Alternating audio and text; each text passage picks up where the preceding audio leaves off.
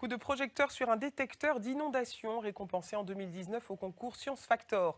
Le concours a lieu chaque année dans le cadre de la Fête de la Science, dont c'est aujourd'hui la 30e édition. Les inventeurs de ce détecteur n'étaient alors qu'en classe de 4e. Ils ont fait du chemin puisque l'un de leurs prototypes est installé dans leur établissement avant une possible commercialisation. Marie de Crème, Mélodie Sforza et Florence de Soultray. Au milieu de la cour de récréation, leur plus grande fierté. Un boîtier noir connecté, autonome en énergie grâce à ce panneau solaire, le tout fixé sur un poteau. À l'intérieur, juste ici, on ne peut pas le voir parce que du coup c'est dedans, on a deux capteurs qui vont s'activer quand il va y avoir une inondation. Si l'eau monte, les capteurs envoient un signal à la boîte noire qui alerte alors par SMS les habitants risquant d'être inondés. Simulation. Hop, j'appuie.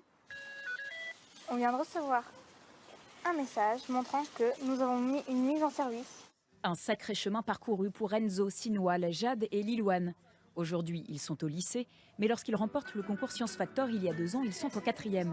Le Gard vient de subir de terribles inondations. L'idée s'impose, ils assemblent une boîte à bonbons, un bouchon de liège et quelques fils. Vous serez donc réveillé avant que l'eau vous empêche de vous échapper. Un projet pour s'amuser, devenu désormais très sérieux. 2 ans de travail pour améliorer le prototype et un 5e membre clé de l'équipe, le professeur de technologie qui les avait inscrits au concours. Et quand on a besoin de se voir pour fabriquer des choses, on se retrouve ici pendant les vacances. C'est aussi une aventure humaine. Et l'effort paie. La ville voisine de Valenciennes a passé la première commande. Prochain objectif. Et la semaine prochaine, on va à Paris pour trouver des investisseurs et pour aider à financer et à vendre notre projet.